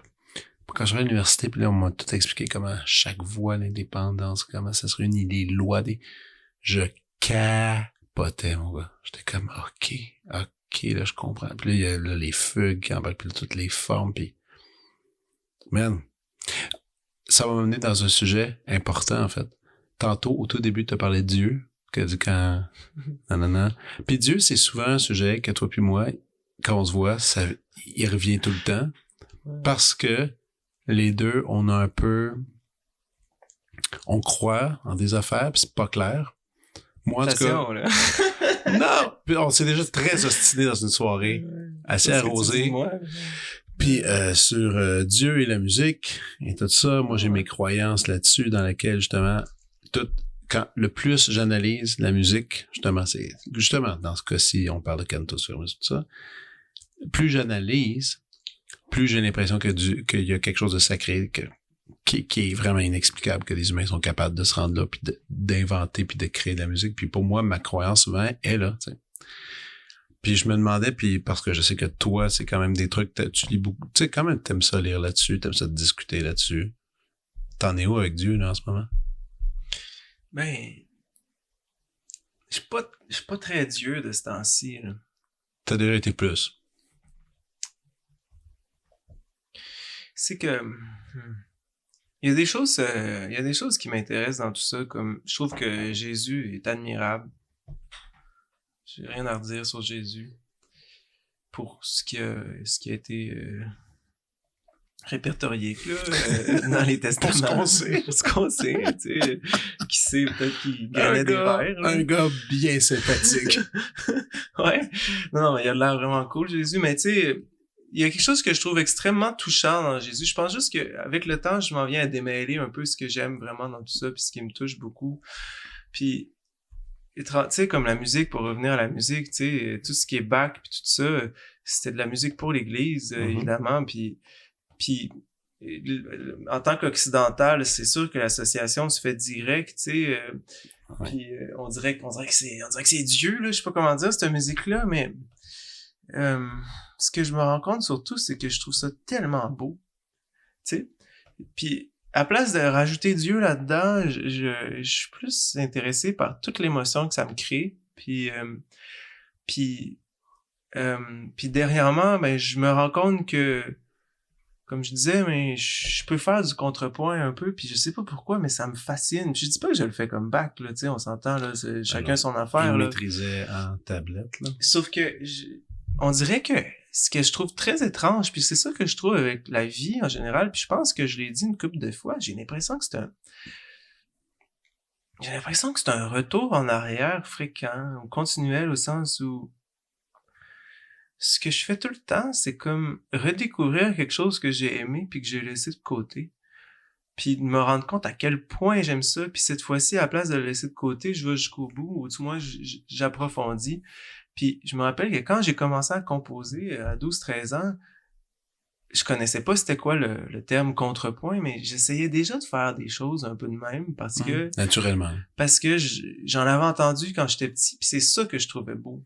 Les Beatles, man, ils ont fait du contrepoint comme des fous, mais ils le savaient pas. Ben ouais, c'est la même chose. Lui aussi, Paul McCartney, il dit souvent, il y a il jouait des trucs de Bach au début, puis tu sais, il a été intéressé par ça. Yesterday, tu sais, il y a une ligne qui monte, une ligne qui descend. Ouais. Moi aussi, ça me fascinait, là. Puis Yesterday, ça me fascinait, la ligne qui montait puis qui descendait. Mais tout ça, finalement, prenait essence ou naissance dans mon rapport au contrepoint que j'écoutais dans le char de mon père quand j'étais petit, ou je sais pas trop où, à l'église, des fois quand on y allait à Noël ou d'autres fois. Puis là, ben c'est fou parce que des décennies plus tard, je me mets à étudier ça, puis là, comme un enfant, je joue là-dedans. Puis évidemment qu'il est tard, peut-être, tu sais, au sens où, si tu veux faire une carrière de contrepoint, tu commences tôt, là, mais on dirait que je m'en fous, justement, comme tu dis, non, moi, c'est une jouissance, là, pour moi, fait que je suis juste heureux de... Ah, puis tu sais, quand tu dis c'est une jouissance de voir des notes, des frottements d'accords, des façons comment des lignes indépendantes, une fois mises en contexte, créer de la beauté, tu sais, c'est extraordinaire quand tu commences à te tremper les oreilles là-dedans, puis si tu tripes le moindrement, si tu tripes aussi harmoniquement, parce que c'est un autre trip aussi, là, si tu commences à aimer la richesse de beaux accords, man, c'est... Ouais, c'est ça que je découvre moi, depuis une couple d'années, je dirais. Cool. Fait que c'est pour ça que j'ai pas envie d'arrêter la musique, mais en même temps, ça ressemble à rien de ce que j'ai fait avant, tu sais, c'est ça que... Ah, mais je suis content d'entendre ça, man. C'est parfait. Tu vas découvrir plein d'affaires, écoute, tant de tomber dans Wagner pis tout, là, tu vas te faire, bon, peu importe, bon, il était politiquement un peu très incorrect, mais il était très bon harmoniquement. Il faisait bien il faisait bien son travail. Ouais, là. Bon, ouais, ça, c'est ça. S'il faut qu'on remette tout le monde dans... Il restera pas... Il resterait plus même bien, là. C'est qui disait... Il y avait une phrase, un ami m'avait déjà dit que... Tu sais, à Hollywood, il y a pas longtemps, il arrivait pas à trouver personne qui voulait animer les Oscars. Parce que tout le monde a des squelettes dans leur placard. Toutes les vedettes ont quelque chose. Il y a personne qui voulait... Tu sais, c'était proposé à tout le monde l'animation. Alors, c'est sûr que tu te fais bâcher parce que t'es pas bon. Parce que quelqu'un qui avait... Je pense à une critique qui disait... C'est tous ceux qui ont un regret ou quelque chose qu'ils ont pas fait de correct dans leur vie, devaient se couper le petit orteil, on aurait des piscines remplies d'orteils, tu sais, à Hollywood. je trouvais l'image quand même pas pire là-dessus. Et moi, je trouve, ça me fait penser à quelque chose, c'est que, puis je vais faire attention en le disant, j'imagine, mais je vais prendre une posture psychanalytique, tu sais. Je trouve qu'il faut supporter ce qu'il y a de beau dans les gens. Et en soi, évidemment. Parce qu'il y a toutes sortes de choses en nous, puis il y a pas juste du beau, bien évidemment. Puis Wagner, je connais pas son histoire. Il était peut-être lié aux nazis, je sais pas trop, il y avait des mais... allégeances. Ben, il était apparemment antisémite. Ouais. Il y avait comme un paquet de... Ouais. Il aurait été lié un peu de près ou de loin. C'est encore, en fait, il y a tellement de littérature qui a été faite là-dessus, avec un paquet de nuances, un peu étranges.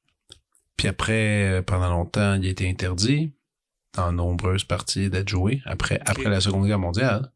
Mais après, il y a quand même eu beaucoup de musiciens classiques juifs qui ont dit non, on peut pas enlever l'héritage musical qu'il a créé. C'est impossible. Puis ça a créé une espèce de débat dans la communauté juive. Ouais, parce qu'après, en Israël, il y a eu... c'était qui? J'ai envie de dire que c'était Baron Boy qui était allé diriger, puis je pense qu'il est le premier juif à avoir dirigé du Wagner. Ça fait choquer terriblement à l'époque, mais lui était comme, faut le faire, c'est important. Je pense qu'il a fait justement l'ouverture de Tristan et Isolde qui est comme grandiose, parce qu'il dit c'est trop beau, on peut pas comme atténuer cette musique-là, c'est trop beau. Je suis d'accord avec ça. Ensuite, chacun a son rythme, puis il y en a qui seront, ça va être trop douloureux, puis il y a une différence entre les gens morts versus ceux vivants. Ça c'est gros là, quand même. Tu sais, il y a tellement de données, mais je trouve que c'est important de supporter ce qu'il y a de beau.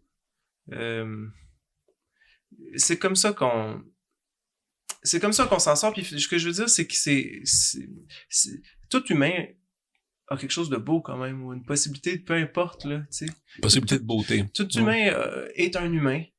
Puis s'il y a une parcelle de beauté qu'il a réussi à faire, bon, au moins je trouve que c'est celle-là qu'il faut se rappeler. Ensuite, faut se rappeler du reste aussi pour pas que ça se reproduise. Mais tu sais, je veux dire, va falloir en venir à être toutes main dans la main un moment donné, là. Tu sais, non, mais c'est vrai, tu sais. Ah ouais. Tu sais. Sinon, on n'avancera pas, là. Ouais. Peu importe. Même ceux qui ont été nos ennemis dans le passé. Ouais. Tu sais. On doit les regarder autrement. C'est pas évident. Mm-hmm. Je pense que ce dont je parle, ça se passera pas cette semaine. Sûrement pas de mon vivant non plus, mais tu sais, si je prends un exemple actuel, idéalement, il faudrait que la guerre en Russie puis en Ukraine, mais plus en Ukraine, termine, tu sais. Mais faut pas que ça se termine en humiliant nécessairement Poutine. Un des peuples ou... c'est ça, je veux dire, c'est ça qui s'est produit à la Première Guerre mondiale. L'humiliation totale des Allemands, ça les a juste craqués. Le but, c'est pas de dire c'est qui le meilleur. Je vous ai arrêté. On arrête. Il faut juste arrêter ça, c'est ça. Ouais. En fait, t'as le même discours que Trump, en fait. T'as entendu cette affaire-là? Ça se peut, je sais pas. Mais Trump, il est comme...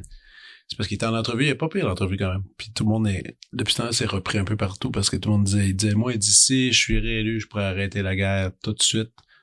Je le sais, qu'est-ce qu'il faut faire, je connais l'ego des deux bords, tout ça. Puis là, l'animatrice, lui demande, elle dit, selon vous, qui va gagner la guerre? Il dit, c'est pas une histoire de gagner la guerre. C'est une histoire d'arrêter la guerre. Il dit, il y a pas un gagnant là-dedans. Il y a personne qui gagne. Le monde meurt, tu sais.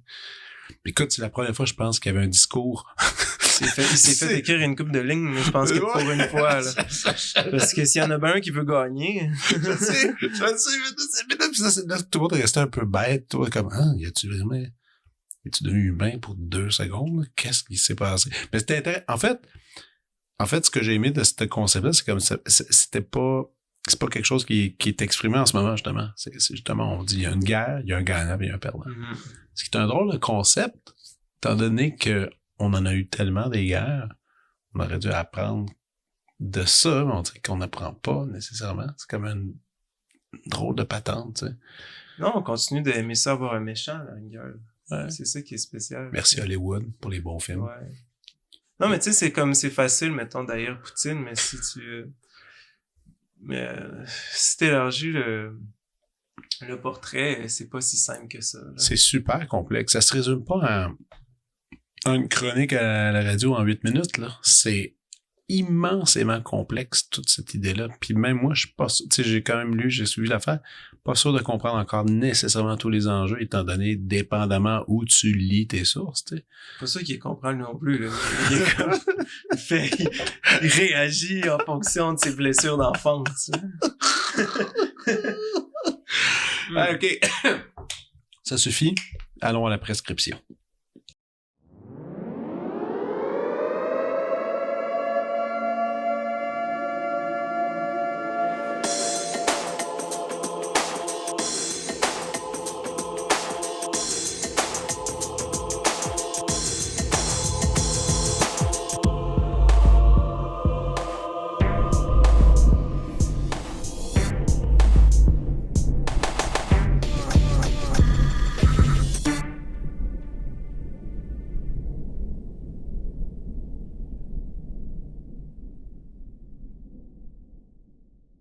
OK.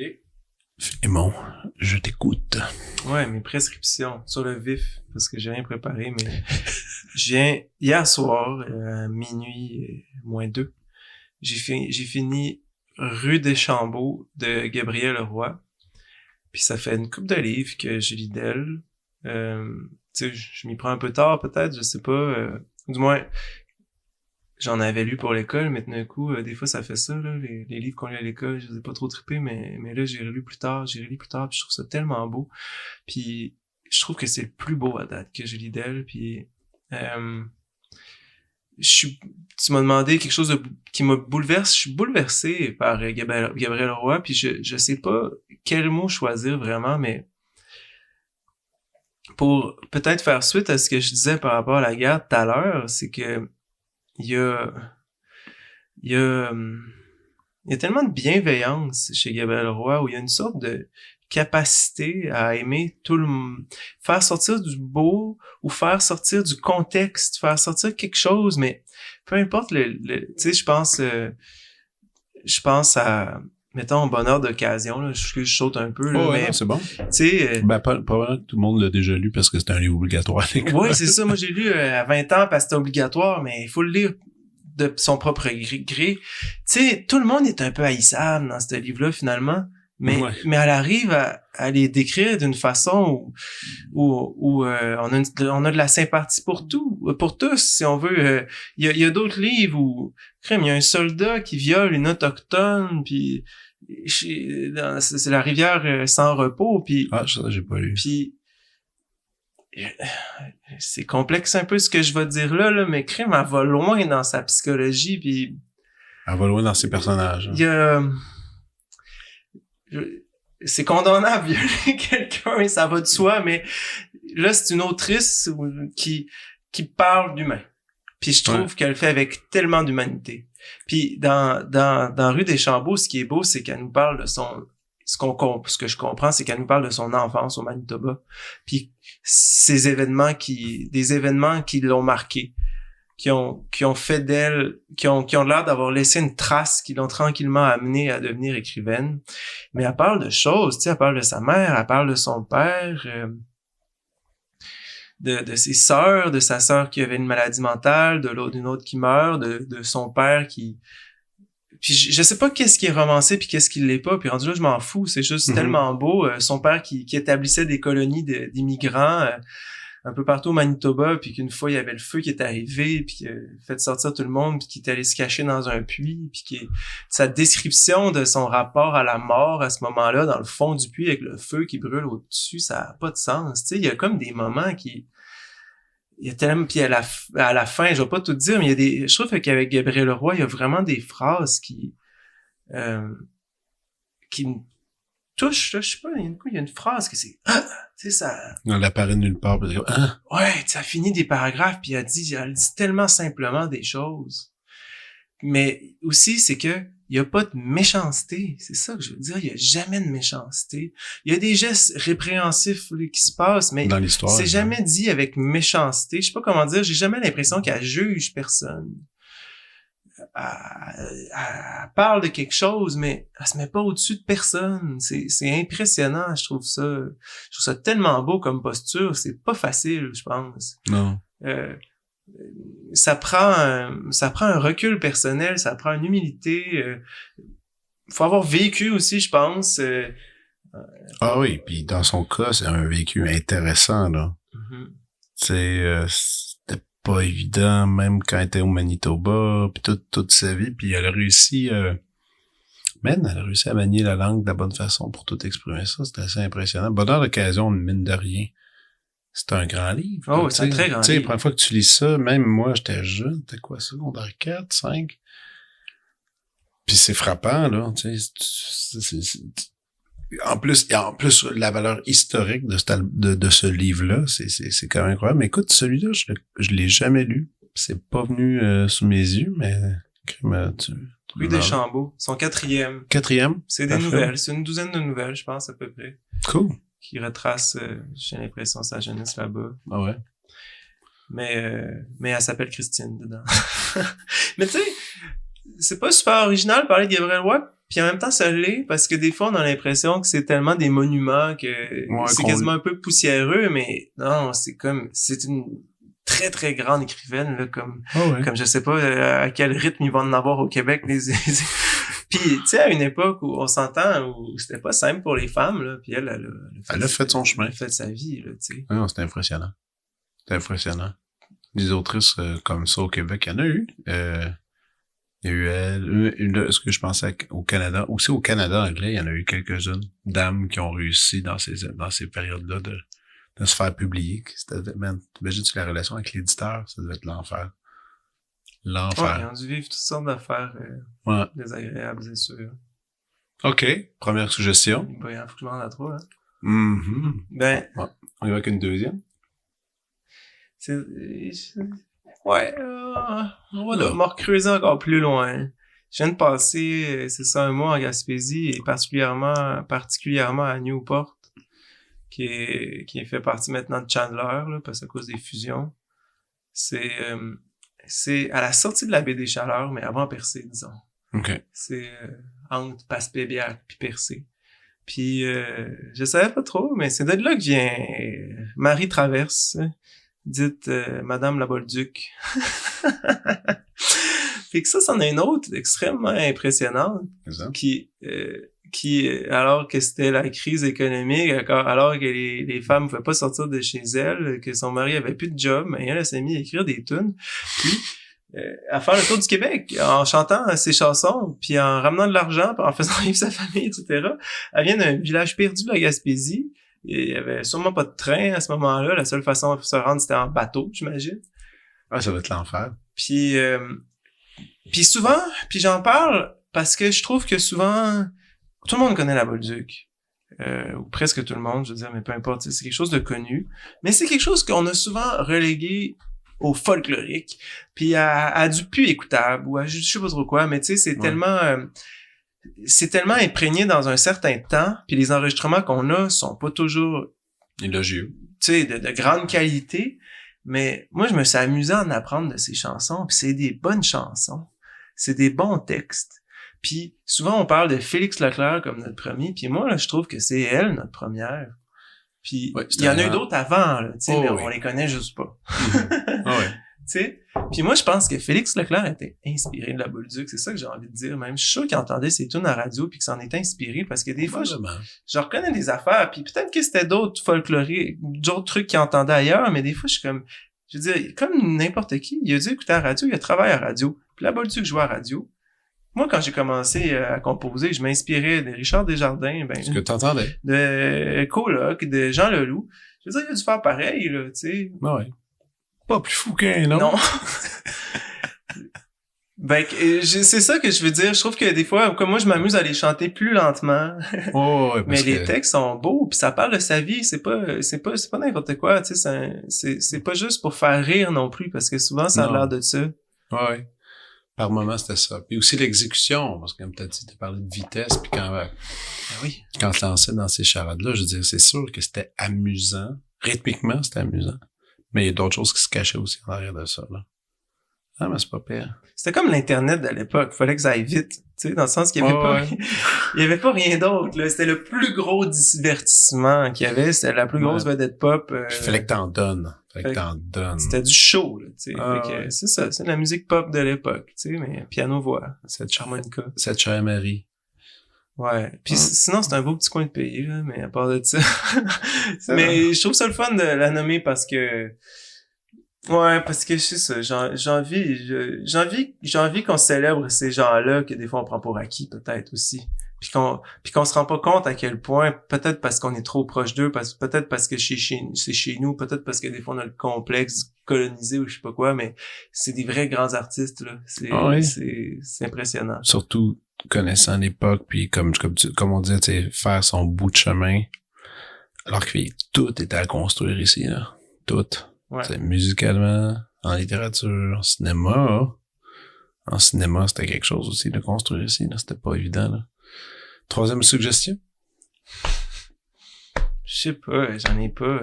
Tous les films de Perrault. Allez voir Non, mais... Hey, le pire, c'est parce on rigole, là, mais j'ai comme initié une couple de chummies là-dessus, là, de genre, je fais, hey, tu sais pas quoi écouter, va sur le site de l'ONF, tape-toi les Perrault, tu le regretteras pas, puis tout le monde, man, 2-3 jours, ça m'appelle, puis ils me remercient, ils sont comme, man, c'est quoi ce cinéma-là? C'est quand même fou, ce cinéma-là. Oui, ça vieillit pas, parce que... Ça peut pas vieillir, c'est tellement vrai, c'est arrêté dans une époque, à un temps, puis les accents, la neige, le noir et blanc, comment c'est filmé, c'est un trésor national quand même d'avoir ces films-là, là. Je trouve. C'est un témoignage du passé qui a aucun bon sens, là. Puis c'est le meilleur jeu d'acteur que j'ai jamais vu de ma vie, puis moi c'est ça que je trouve le fun, c'est pour ça que je dis que ça vieillit pas, parce que c'est pas vraiment du jeu d'acteur, même si c'en est un peu. Mais ce qui était beau de Perrault, c'est qu'il amenait les gens face à leur propre désir. Fait qu'une fois qu'ils étaient pris dans leur désir, ils étaient plus capables de jouer. Ils étaient plus capables de sortir, ils sont pris là. Ils faisaient juste vivre ce désir-là sur lequel Perrault les avait mis, tu sais, comme la chasse aux marsouins. S'il a reparti la chasse aux marsouins, c'est parce que il est intéressé par les locaux puis tout, mais c'est parce que tout le monde parlait de la chasse aux marsouins. Tous les vieux parlaient de la chasse aux marsouins. Il dit, ben, écoute, mettons, quand j'essaie de les refaire, ils vont sûrement triper. C'est comme si moi j'arrête.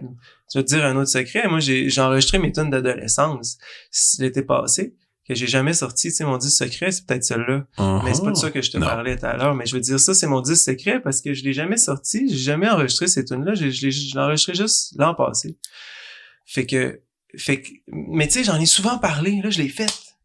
Tu l'as, le disque. Ouais, il est presque fini, tu sais. Mais ça m'a tellement bouleversé que après avoir enregistré ça le lendemain, j'étais allé me promener dans le bois, j'étais tellement énervé, je suis tombé sur la tête, j'ai tombé dans un précipice, j'ai fait une commotion cérébrale, j'étais trop bouleversé d'être confronté à mon propre désir, tu sais.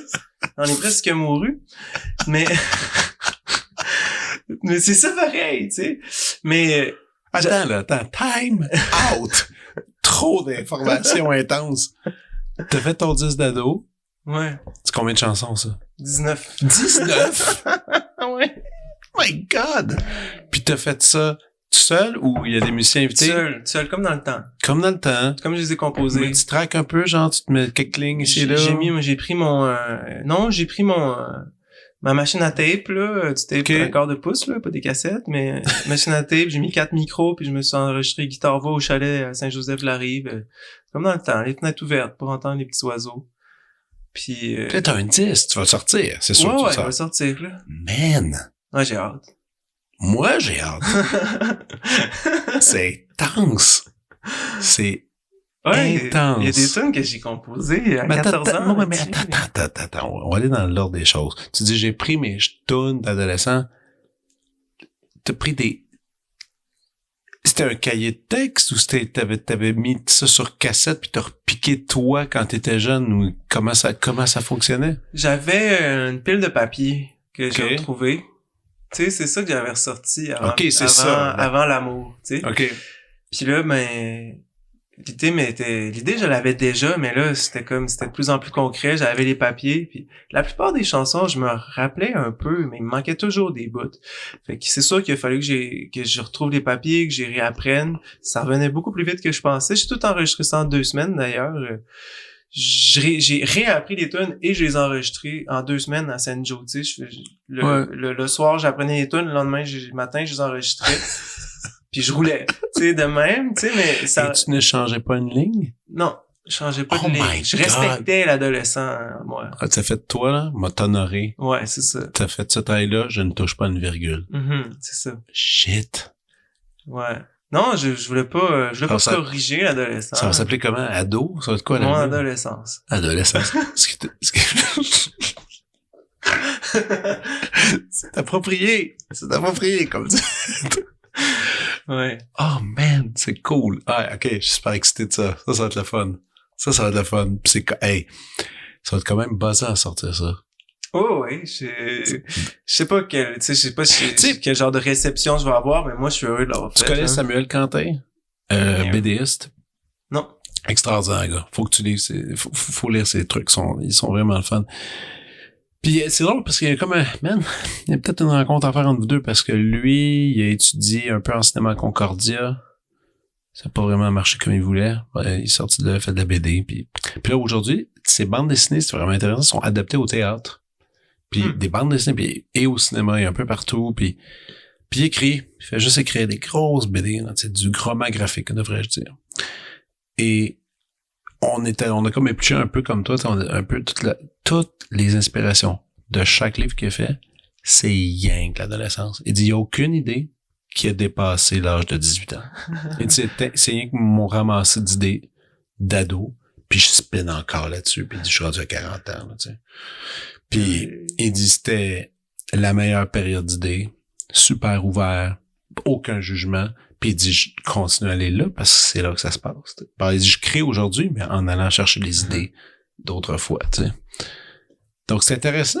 C'est intéressant d'avoir fait ça aussi musicalement. Puis toi, c'est encore plus intense parce que t'es comme allé chercher... Man, t'avais 19 chansons. Ouais, mais j'en ai plus que ça, en fait, mais ça, c'est celle que je chantais le plus.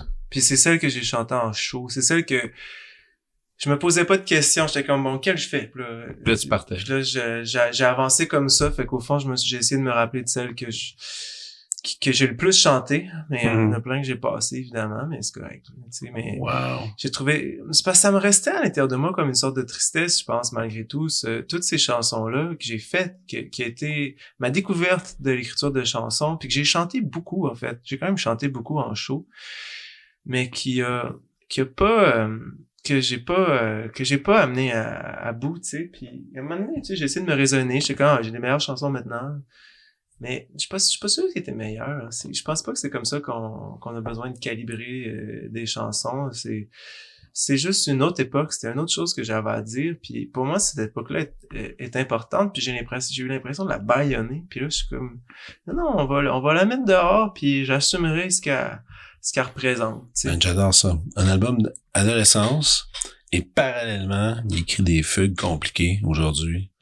Ouais, c'est drôle. Hein? Mais les deux, c'est quand même des retours en arrière. Hey, j'ai une troisième suggestion. Ça va être un peu guettaine, mais pas tant que ça. Ben... Étant donné que je fais des micro-amours, là. Ouais. Des micros verts, mais j'appelle ça des micro-amours parce que c'est comme le nom de mon affaire, là. Mais moi, ce que je trouve beau, là, c'est que n'importe qui a le nerf d'aller sur scène, en avant du monde, pour dire quelque chose d'important, ou faire quelque chose d'important pour cette personne-là devant les autres, c'est toujours intéressant. C'est souvent même bouleversant. Puis toute l'angoisse ou le stress que ça génère dans cette personne-là, souvent ça rajoute même. Donc c'est jamais une bonne excuse pour pas y aller. Puis je veux juste, ma troisième suggestion, c'est celle-là. C'est celle que tout le monde porte quand juste on a le courage d'aller faire ce qu'on a envie de faire, pour de vrai, dire ce qu'on a envie de dire. C'est pas vrai que tout le monde est capable de jouer du violon, tu sais. Je veux dire, il y a des choses qui demandent de la technique, mais il y a d'autres choses que... On a tous quelque chose, on peut tous faire quelque chose. Sinon, on a au moins quelque chose à dire. Puis si on n'a rien à dire, ben, je sais pas comment dire. Dire quelque chose, c'est juste dire quelque chose de vrai pour soi. Puis dire que t'as rien à dire, c'est dire quelque chose aussi. Aussi, des fois, ça peut peut-être être plate, ça mais peut être cool. C'est juste que des fois, parler, c'était peur, hein. Mais ça... Fait que, il faut juste traverser ça.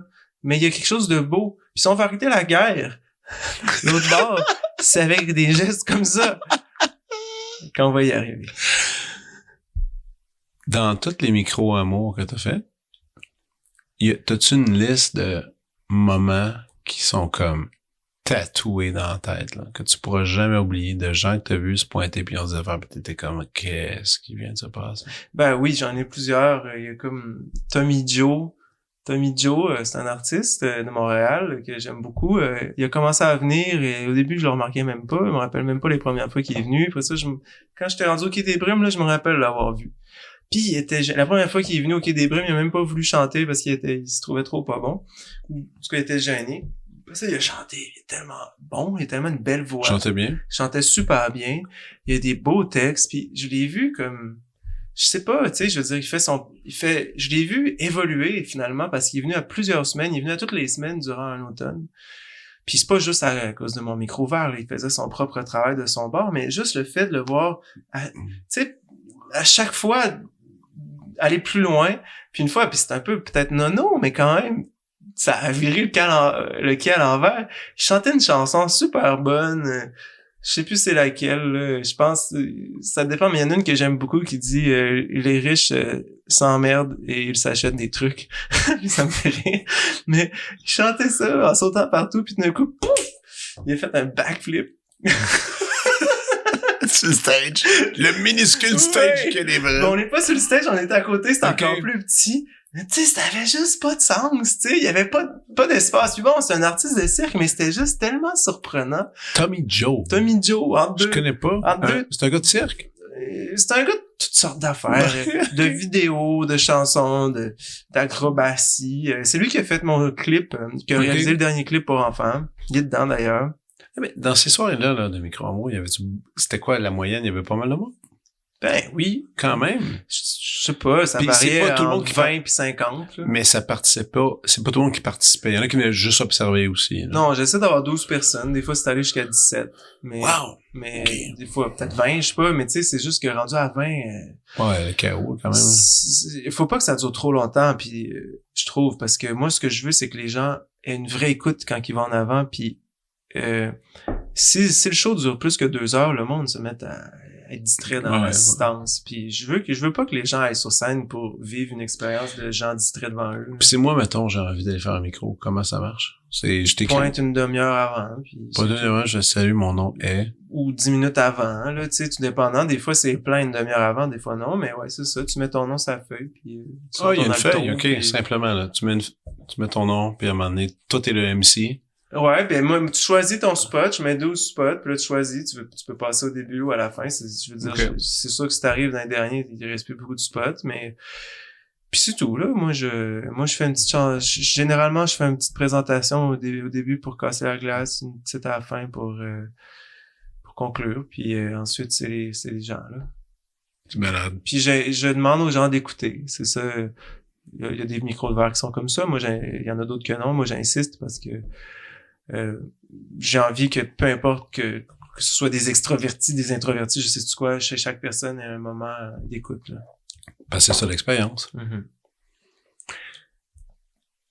Tout le monde allait écouter tous les albums de Philémon Simon, s'il vous plaît. Allez vous inscrire pour faire une performance au micro d'amour au café Des habitudes. et ainsi arrêter la guerre. Est-ce qu'il y a d'autres choses que je dois dire, man? Bon, Sur ta vie? Allez donc, non, sur ma vie. Non, mais, ou des choses à plugger? Ben, je pense que j'aimerais ça m'en aller de Montréal bientôt. Fait que si quelqu'un, je vais sûrement essayer de louer mon appart si quelqu'un veut louer mon appart, qui est quand même cool. Ouais, mais tu vas aller où? On n'a pas parlé de ça. C'est où la destination? Tu sais que tu vas aller? aller en Gaspésie. Pas Charlevoix? C'est parce que Charlevoix, j'adore ça, mais c'est difficile des fois d'être tout le temps dans son lieu d'enfance et dans son lieu de toutes les couches de sa vie. Mais c'est tough de bâtir. C'est top de partir aussi, c'est ça, oui, en effet. Mais on dirait que ça me plaît d'arriver dans une page blanche, là. Non, appelle Jimmy Hunt pour être coloc. Pour être le fun. T'es à Maria, moi je vais être à Newport. Toi, c'est Newport, ta place. C'est-tu bien loin de Maria? C'est peut-être 2 heures. 2 heures? Oh my God. Ouais, c'est vrai que c'est gros. Maria, ces c'est à côté de territoires-là. Carleton, c'est quand même pas à Ouais. côté. Mais tu sais, le monde, ils font de la route là-bas, là. C'est ça que j'ai Ah ouais, s'en foutent, ouais. j'ai aimé, là. Tu sais, si t'as un ami à 45 minutes, tu vas le voir, là. Tu te casses pas la tête. Man, vous êtes trop longtemps. Je suis vraiment content de t'avoir vu. Merci de l'invitation. Ça fait plaisir. Toujours un plaisir de te parler. Puis, j'essaierai de faire une petite performance. Micro ouvert. Ça pourrait être pas pire. C'est quelque chose. Dimanche soir. Les dimanches soirs, à quelle heure? Je pense qu'on a dit, on peut commencer ça plus tôt, 7 heures. OK. Hey, OK. Ça va être mon défi des prochaines semaines. Il faut que j'aille faire un tour. On va essayer quelque chose. Merci. Vous venez d'écouter La Prescription avec Dr. Fred Lambert. À l'animation, Frédéric Lambert. Réalisation, montage, recherche et bons conseils, Olivier Chamberlain. Au logo, Joël Vaudreuil. La musique, le groupe Crabe. Jérôme Minière, Philippe B., Ben Chimie, Guillaume Beaulieu et Vincent Vertefeuille. Merci d'avoir été à l'écoute et à bientôt.